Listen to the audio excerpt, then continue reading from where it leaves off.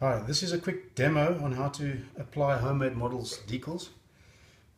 We don't do conventional factory printing. In other words, where the white is already underneath the color and it's already deep etched. What we do is, it's a homemade model base, so we print the whites. Can you see the white here? The silver and the gold on an ALPS printer, which is printed on a blue paper. So, the reason it's blue paper is so that you can actually see the white that stands out from the blue. Then we print the full color decals on an indigo printer, which is very high resolution. The reason why we do this is because the ALPS printer tends to print a bit grainy when we're doing full color decals on the ALPS. So we prefer to isolate the white, the silver and the gold, which are nice solid opaque colors, and print on the ALPS, and on the indigo printer we do the full color. Both are on clear paper. So what I'm going to do now is quickly just give you a demonstration. These decals are also not deep etched that you'll get as in factory decals.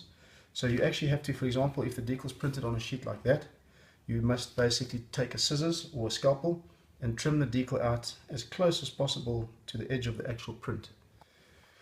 Alright, so the application, therefore, we start off now with white first.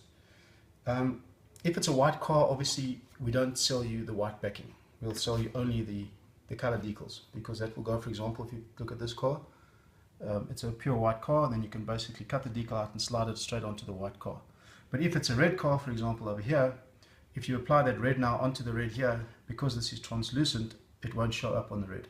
So therefore, you first have to put the white onto the red in two layers, because the first layer is pretty translucent. So once it dries, the red tends to shine through, so it's a little bit pink.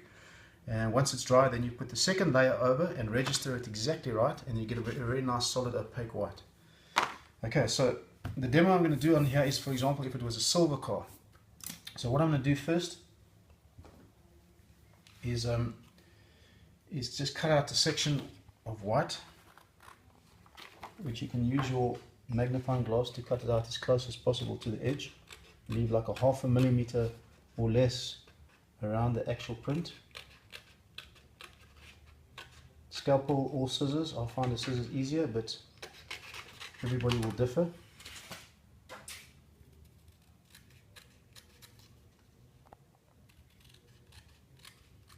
Okay, so there's your first white backing, which I cut out as close as possible to the edge.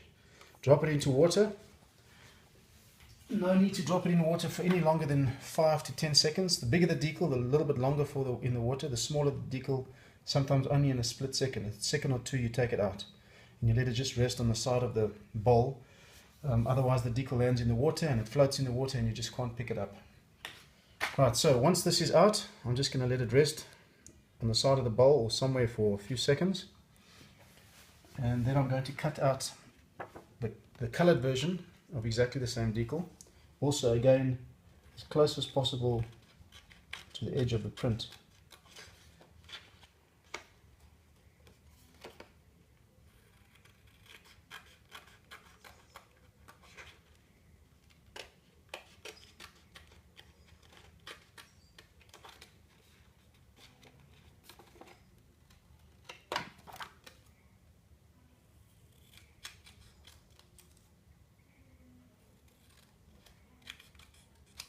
Okay, so that's your color decal cut out as close as possible to the edge of the print.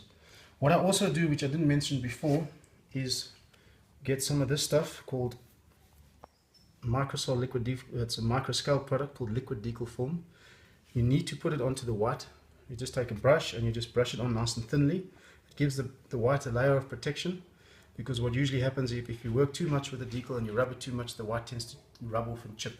So this just gives it a nice super thin film of protection. You can also apply it onto the color if you want. The color is more robust, so it's not necessary. But on some of the lighter colors like light blues and things like that, it tends to rub off as well. So it's best to add the liquid decal film as well. Don't apply it too thick. It must be a super thin layer. Or alternatively, you can put it into an airbrush and spray it as well to get a better finish. But painting it with a brush is perfectly fine. Right, so now here's my decal. And I'll show you, it's now loose. As you can see, it slides off nice and easy. So you basically just slide it off onto your vehicle. So for example, this was a car's body. It's a computer, but Just think of it as a car's body. Right, so you get the decal nice and flat onto the surface. And these are much larger decals than what I usually work with. I usually work in 1:43 scale, but this is for a 1:18 or 1:32. So just work out all the bubbles that you can visibly see.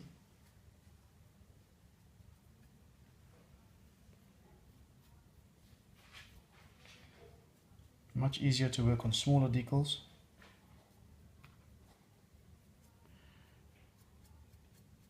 Okay, that just gives you another. Just work the bubbles from the center of the decal outwards, because you actually want them to get out from underneath the decal where they're trapped.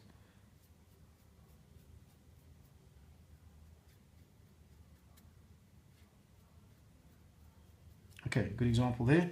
The decal's down. You probably need to let it dry for at least 10 minutes.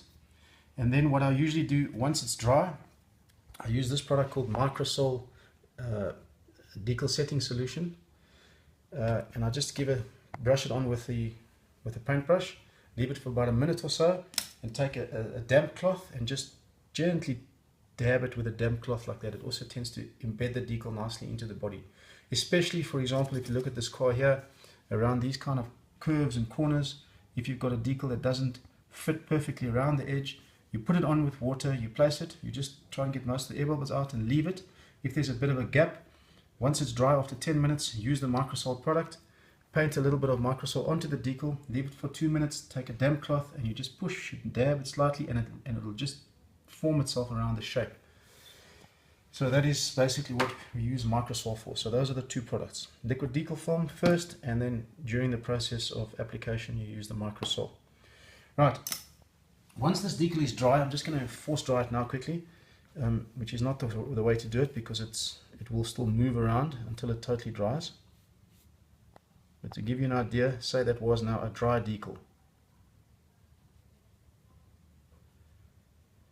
Once that decal is dry, and you apply the Microsol, you'll see those tiny little bubbles and things that are inside there now.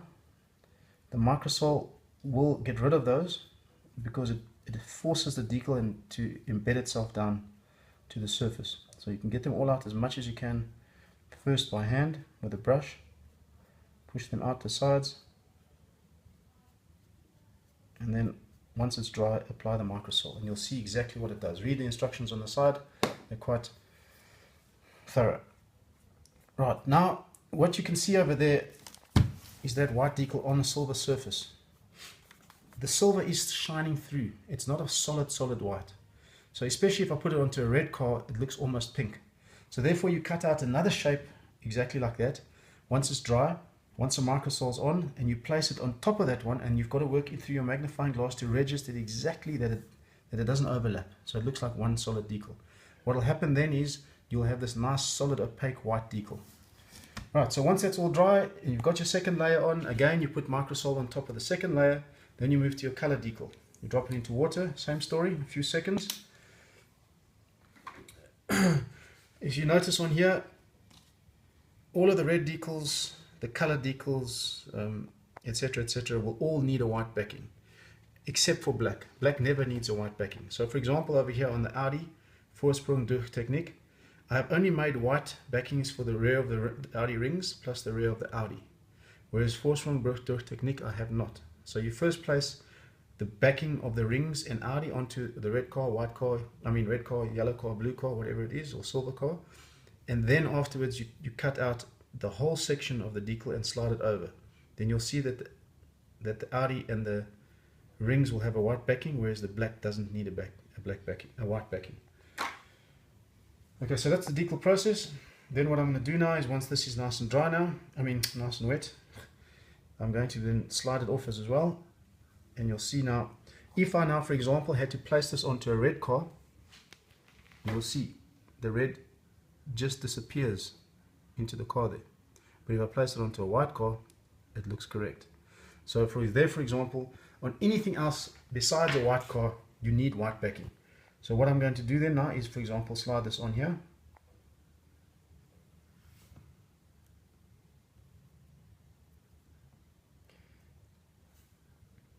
Work gently with it so that it doesn't tear, especially on the larger scales. And then once again, get rid of all the water, all the bubbles, etc., etc. Right now the white is moving simply because I didn't let it dry long enough, because I'm trying to speed up this demo. And to give you an idea, once this is all dry now and all the water has been pushed out, again, once it's dry, I'm going to put on some microsol decal setting solution, and that is your example there. Can you see it without reflections? So it's got its white backing and all the white is shining through. If that was a red car, if this was a red surface, all of this white would be red. So therefore you need the white backing first. And that's pretty much the process. And don't work too much with the decals, and don't rub too much and rub and rub and rub and work and work and work, because the ink will come off if you overwork it. That's why I do apply a layer of liquid decal film before I start, which gives it a protective layer so that it gives you the ability to work with the decal. Right, and that's basically it.